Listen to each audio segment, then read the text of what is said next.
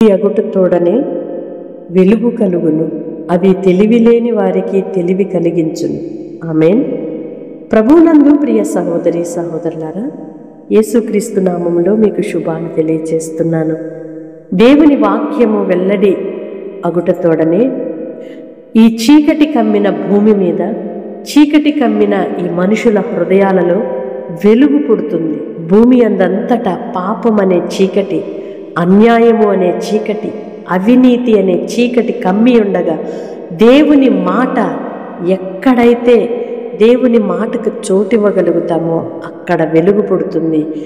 ఆ వెలుగు కలిగిన ప్రజల యొక్క, ఆ వెలుగు కలిగిన వ్యక్తి యొక్క జీవితం ఎలా ఉంటుంది అంటే, ఒకవేళ తెలివిలేని వారిగా ఉన్నావేమో, నీకు దేవుని మాట తెలివి కలిగిస్తుంది, జ్ఞానము పుట్టిస్తుంది.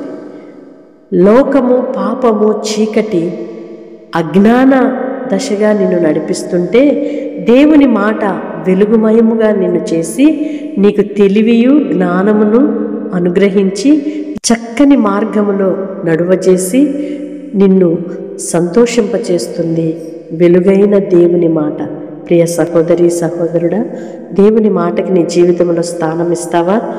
చీకటికి ఇక చోటు లేదు, అంధకార సంబంధమైన పాపపు క్రియలకి ఇక చోటు లేదు, అన్యాయము, అవినీతి అనే దుర్మార్గత నీ గుడారములో ఇక ఉండటానికి వీలు లేదు. ఎప్పుడో తెలుసా? దేవుని మాటను నీవు చేర్చుకున్నప్పుడు, అంగీకరించినప్పుడు, ఆ వెలుగును నీవు ఆహ్వానించి ఆస్వాదించినప్పుడు నీతిగాను, తెలివి కలిగిన వానిగాను, జ్ఞానము కలిగిన వానిగాను మలుస్తుంది. అట్టి కృప ప్రభు మనందరికీ దయచేయునుగాక. ఆమేన్. పరిశుద్ధుడైన దేవా, ప్రేమ కలిగిన తండ్రి, మీకు స్తోత్రం.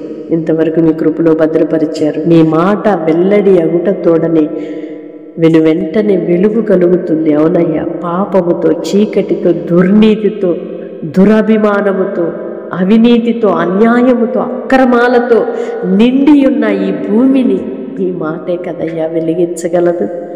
మీ మాటే కదయ్యా సరిచేయగలదు. మీ మాటే కదయ్యా జ్ఞానమును బోధించగలదు.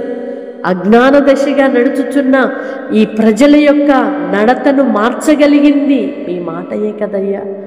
మీ మాట చేత మా హృదయాలు నింపబడునుగాక. మీ వాక్కు చేత మా జీవితము వెలిగించబడునుగాక.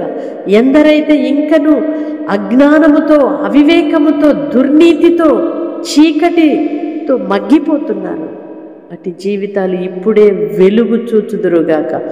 వెలుగు వారి జీవితములను మార్చునుగాక. మీ కృప దయచేయమని యేసు నామములో ప్రార్థిస్తున్నాము తండ్రి. ఆమేన్. దేవుని వాక్యం వెలుగైనది. వెలుగున్న చోట చీకటికి సంబంధం లేదు, చీకటికి చోటు లేదు.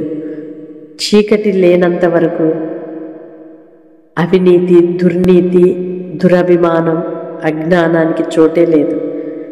దేవుని పిల్లలుగా మనము జ్ఞానవంతులుగా, బుద్ధిమంతులుగా, వెలుగుమయముగా, న్యాయము కలిగిన వారిగా, నీతియుక్తమైన ప్రవర్తన కలిగిన వారిగా ఉండాలి అని ఆశిద్దాము.